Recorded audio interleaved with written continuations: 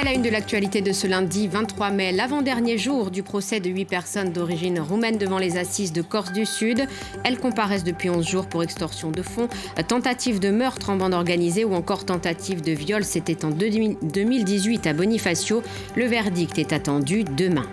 La question de la vie chère au cœur d'une réunion à Bastia, l'initiative de la conférence sociale, instance mise en place à la suite de la crise des Gilets jaunes. L'objectif, débattre et échanger en vue du cycle de négociation entre élus corses et gouvernement. Et puis, traverser la Corse à vélo, c'est le défi que se sont lancés plus de 200 sportifs. La première édition du GT20 se tiendra du 26 au 29 mai entre Bastia et Bonifacio. Un parcours de plus de 600 km entre mer et montagne, découverte en fin de journal.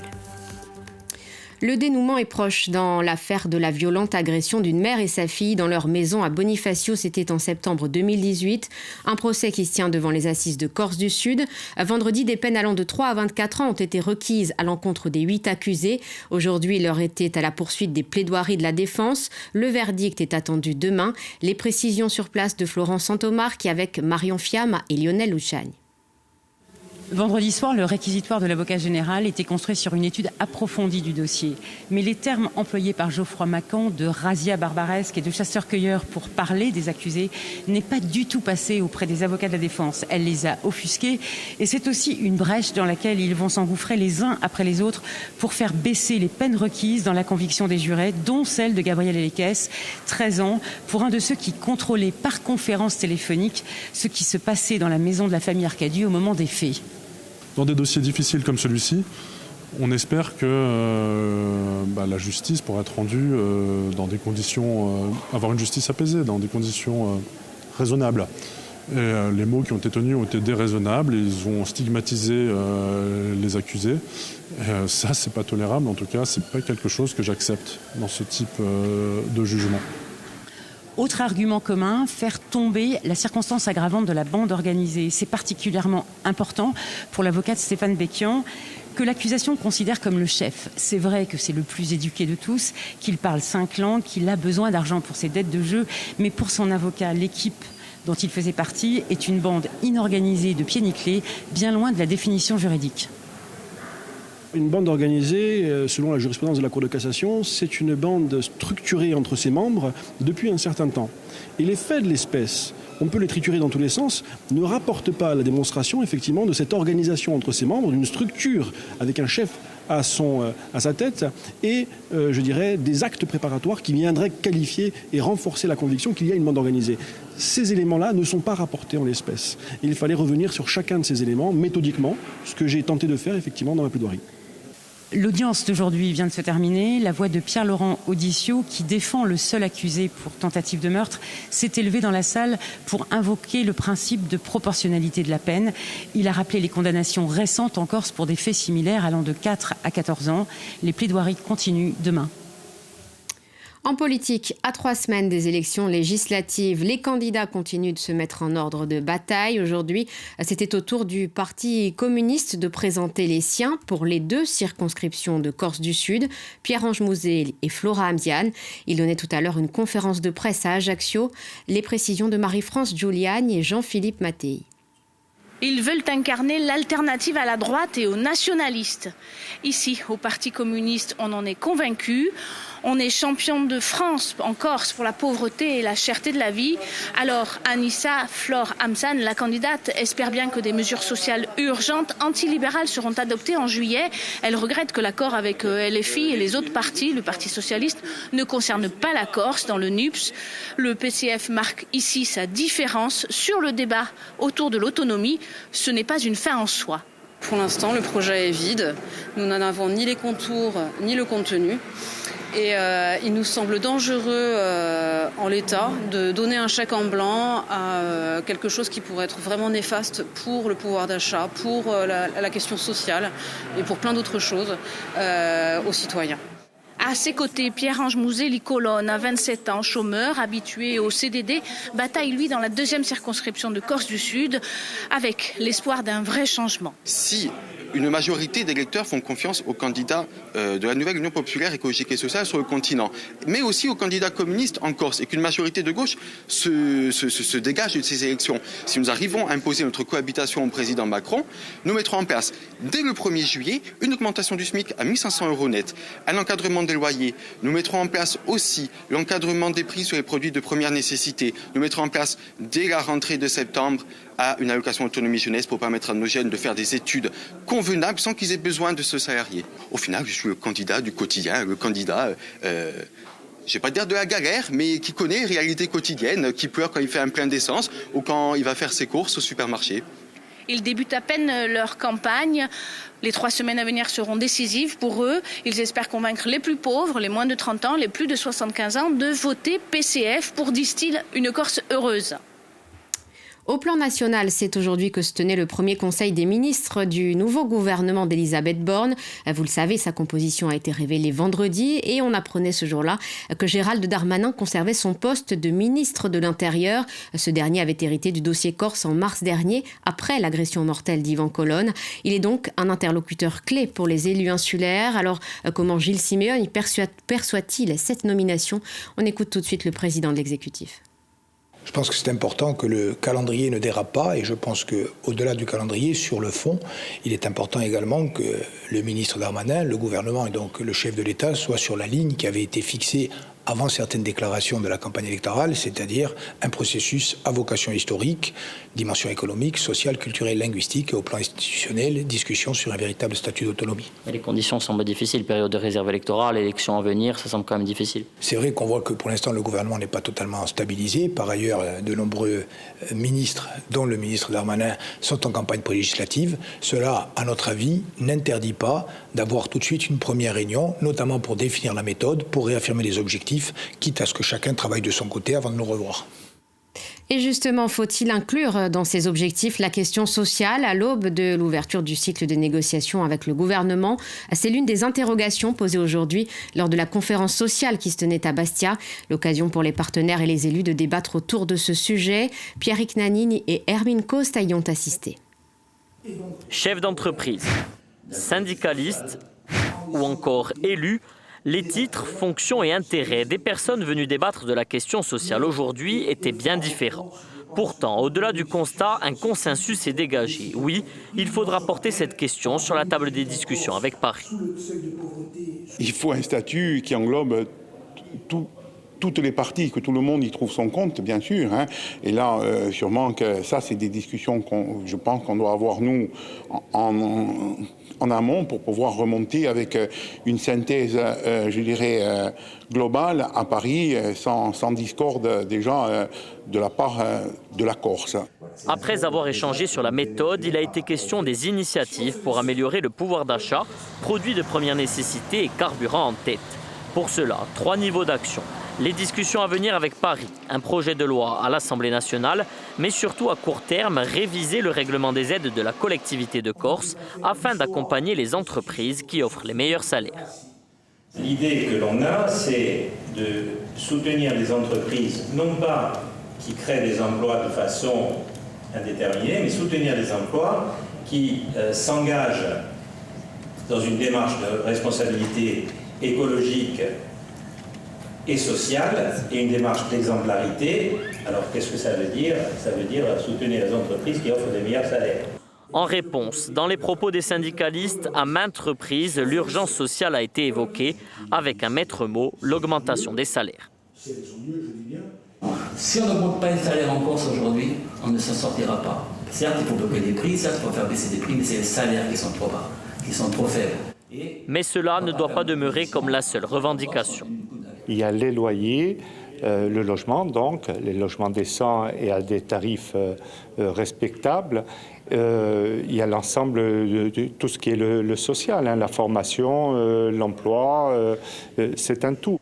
Tous les acteurs présents se sont donné 1 mois pour travailler et harmoniser leurs positions afin que la Corse porte d'une seule et même voix la question sociale et économique à Paris. Une question préoccupante car vous l'avez sans doute remarqué, les prix à la consommation ne cessent d'augmenter. En avril, ils ont fait un bond de 0,4%, plus 4,8% sur un an. C'est ce que révèle une récente étude de l'INSEE. On voit cela avec Marie-Françoise Stéphanie. En avril, les prix augmentent de 0,4%. En un an, ils ont grimpé de 4,8%, et cela dans de nombreux secteurs. Le coût de l'énergie, gaz, électricité, essence, se replie après une hausse de 9% en mars. Cette légère atténuation est due à la remise sur les carburants instaurée début avril par le gouvernement. Après un bond de 17% en mars, les produits pétroliers reculent de moins 6,8%. L'augmentation des prix des produits manufacturés, vêtements, équipements ménagers, électroniques, connaît elle aussi un relatif ralentissement, plus 0,5%, après avoir connu une inflation de 1,4% entre mars et avril.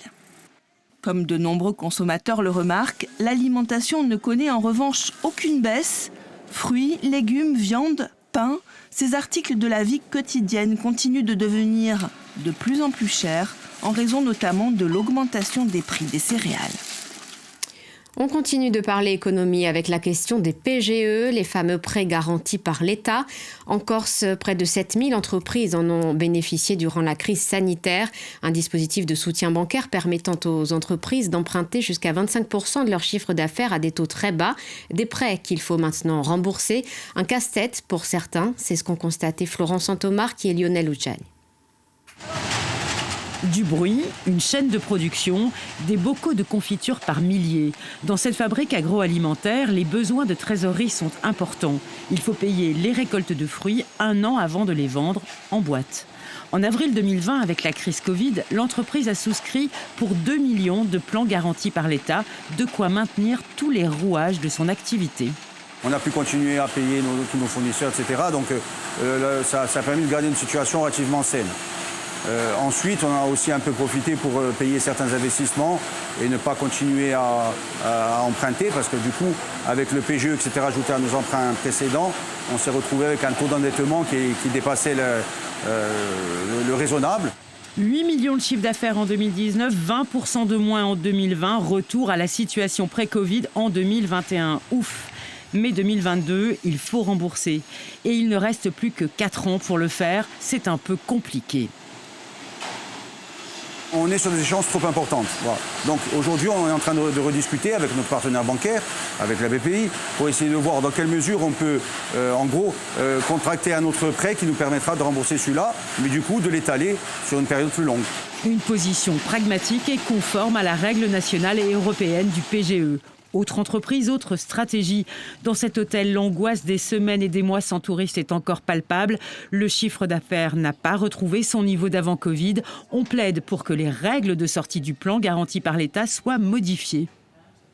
On a été bloqué pendant 2 ans. Pendant 2 ans, on a survécu. On n'a donc pas fait de chiffre d'affaires et on ne l'a pas transformé. Et donc, si on ne remet pas tout de suite de l'argent dans la machine, nos établissements vont vieillir, ne vont pas se rénover, ne vont pas être aux nouvelles normes, et donc on ne préparera pas l'avenir. Donc on demande de pouvoir, si on le souhaite, étaler bien sûr, et le transformer en prêt d'investissement, pour pouvoir préparer l'avenir. D'autant que même l'avenir le plus proche, la saison qui arrive, apporte son lot de nouveaux facteurs de crise. Ici on peut voir donc le personnel, la masse salariale a à peu près pris 10%, du fait des nouveaux accords dans l'hôtellerie. On a aussi, bien sûr, toute la marchandise qui a, entre la guerre en Ukraine et d'autres événements, a pris entre 10 et 20%. Et puis, bien sûr, on voit toute l'énergie qui, elle aussi, a flambé. Les banques que nous avons pu joindre ne ressentent pas outre mesure et pour l'instant ces inquiétudes. La Société Générale précise même que 10% de ses entreprises clientes ont déjà remboursé leur PGE. Tout autre est la situation des toutes petites entreprises, mais des procédures particulières leur seront appliquées. Rouler à l'hydrogène, c'est le projet ambitieux d'une société implantée à Aléria. Les premières stations à hydrogène de France y ont été installées. Cette phase consiste à produire l'hydrogène à partir de panneaux photovoltaïques pour alimenter d'abord des chariots élévateurs. Les explications de Jean-André Marquiagne avec Enzo Giuliano. Silencieux, ces chariots élévateurs fonctionnent à 100% à l'hydrogène vert et sont chargés en quelques minutes. C'est le pari que s'est lancé il y a 3 ans cette entreprise de la Plaine orientale, initialement spécialisée dans l'isolation et qui commence à porter ses fruits. Le système, lui, est en fait assez simple et était présenté aujourd'hui aux partenaires et institutionnels. Notre installation est constituée de panneaux photovoltaïques qui produisent de l'énergie à partir de solaire, qui vont alimenter donc nos 2 électrolyseurs. Donc cette énergie va servir à séparer la molécule d'eau en hydrogène et en oxygène. L'hydrogène, lui, va être stocké, comprimé pour servir finalement de carburant à nos chariots élévateurs. L'oxygène, lui, aujourd'hui n'est pas encore valorisé et va être rejeté dans la nature sans impact environnemental. Si l'entreprise insulaire est la première à utiliser de l'hydrogène vert dans le cadre de la mobilité en France, c'est que ça n'est en fait pas encore rentable. Coût total du projet, environ 1,5 million d'euros avec l'aide de l'État et de la Banque des Territoires. L'objectif est en fait de se positionner, de développer cette activité en attendant que le marché évolue pour proposer cette technologie sur l'ensemble de l'île dans les prochaines années. Tout le monde travaille d'arrache-pied pour obtenir des camions, des trains, des véhicules qui fonctionnent à l'hydrogène et qui soient commercialisables à un prix raisonnable. Aujourd'hui, ce n'est pas encore le cas. Ces éléments existent, mais ils sont très très chers encore. Donc ça va descendre doucement. Et donc l'idée, pour nous, c'était de se préparer en apprenant ce nouveau métier pour être prêt quand les camions seront disponibles et accessibles en termes de prix d'achat, quoi. La route paraît encore longue pour arriver à une démocratisation de cette technologie pour les transporteurs insulaires. Au-delà du prix pour l'instant plus élevé que le carburant classique, la production est encore minime. Ces 2 stations produisent à elles 6 kg d'hydrogène par jour, lorsqu'un camion en demande près du double pour parcourir 100 km. On parle sport à présent. La semaine dernière, le complexe sportif Paul Nadal de Borgo accueillait les championnats de France UNSS de handball excellence. Les 8 meilleures équipes de lycéennes venues de la France entière étaient présentes. L'occasion de valoriser cette discipline en Corse. Le reportage d'Antonin Blanc et Daniel Bansard. Pendant 3 jours, le handball était roi à Borgo. Dans le cadre des championnats de France UNSS, l'Académie de Corse a organisé le tournoi de handball féminin excellence. Une première pour cette discipline. Ce qui est important, c'est de montrer justement que le sport scolaire, ça part de la base, de la masse, des petits championnats, mais ça peut aller jusqu'au très haut niveau. Donc le fait d'accueillir des championnats comme ça permet aussi d'avoir une émulation auprès de nos jeunes pour la participation sur ce genre d'événements. Dans ce tournoi, il n'y avait aucune équipe corse car il n'existe pas de section handball insulaire au lycée. L'île comptabilise près de 1500 licenciés en club, dont seulement 35% de féminines. Pour la Ligue corse de handball, ce tournoi est donc l'occasion de mettre un coup de projecteur sur cette discipline. Après cette pandémie qui a quand même mis à mal pas mal de disciplines, pouvoir organiser une telle manifestation sur notre territoire ne peut que permettre justement à notre activité de reprendre. Elle a déjà repris, mais c'est un plus, une vitrine pour le handball corse et une récompense aussi un petit peu pour tous les dirigeants qui œuvrent toute l'année au sein des structures. Sur le parquet, les lycéennes de Rodez et de Pont-à-Mousson, situées en Meurthe-et-Moselle, s'affrontent en finale. Sous les encouragements des autres académies, les 2 équipes se rendent coup pour coup. Mais au coup de sifflet final, c'est Pont-à-Mousson qui l'emporte. 19-16. C'est des larmes de joie. Après 3 années de galère, Covid, s'entraîner à 2, à 3, à 4. Là, franchement, c'est que du plaisir de voir qu'on n'a rien lâché pendant ces 3 années-là. Et au final, ça se concrétise par un titre de championne de France. C'est juste merveilleux, quoi. C'était difficile, on n'a pas été très bonne pendant la première poule. Là, on gagne aujourd'hui, on a tout donné, on est très fiers. Et puis on est championne de France, quoi. Après la réussite de ce tournoi, l'Académie de Corse organisera l'an prochain d'autres championnats de France UNSS, ceux du basket 3-3, une discipline entrée aux derniers Jeux Olympiques de Tokyo. La première édition du GT20, épreuve cyclosportive, se disputera en 4 étapes du 26 au 29 mai entre Bastia et Bonifacio. 250 sportifs traverseront la Corse à vélo sur un parcours de plus de 600 km. Ce matin, Solange Graziani et Daniel Bansard en ont rencontré 8 d'entre eux, un groupe d'étudiants de Corté ainsi qu'un enseignant. Regardez. Là où on peut manger, hein, il y a un petit snack. 3 à 4 fois par semaine, ils se rassemblent devant le campus. Objectif, s'entraîner pour la grande traversée de la Corse, le GT20. T'essaies de ne pas crever, cette fois-ci. Voilà. Après, on ne te revoit plus, hein, c'est la tactique. Allez, c'est parti.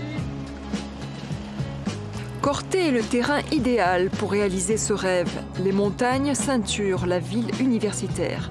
Il faut dire que le GT20 est un parcours de haut niveau. Les participants vont devoir rejoindre Bonifacio en partant de Bastia.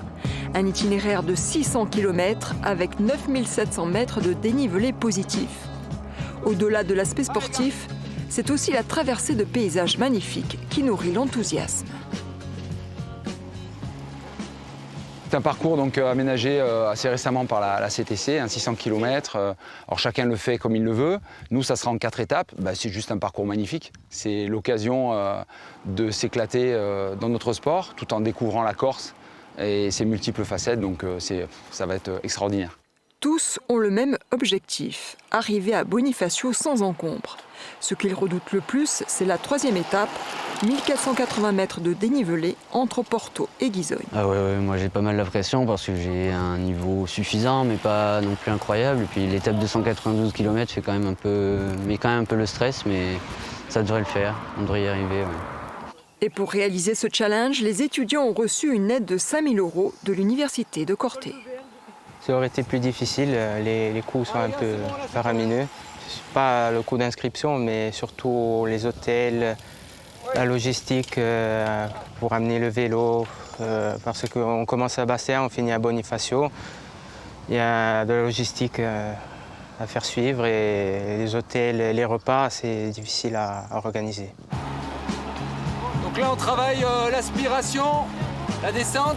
De jeudi jusqu'à dimanche prochain, l'Union cycliste internationale va suivre avec intérêt cette course. Si tout se passe bien, ce cyclotour pourrait rejoindre les épreuves mondiales à partir de 2024.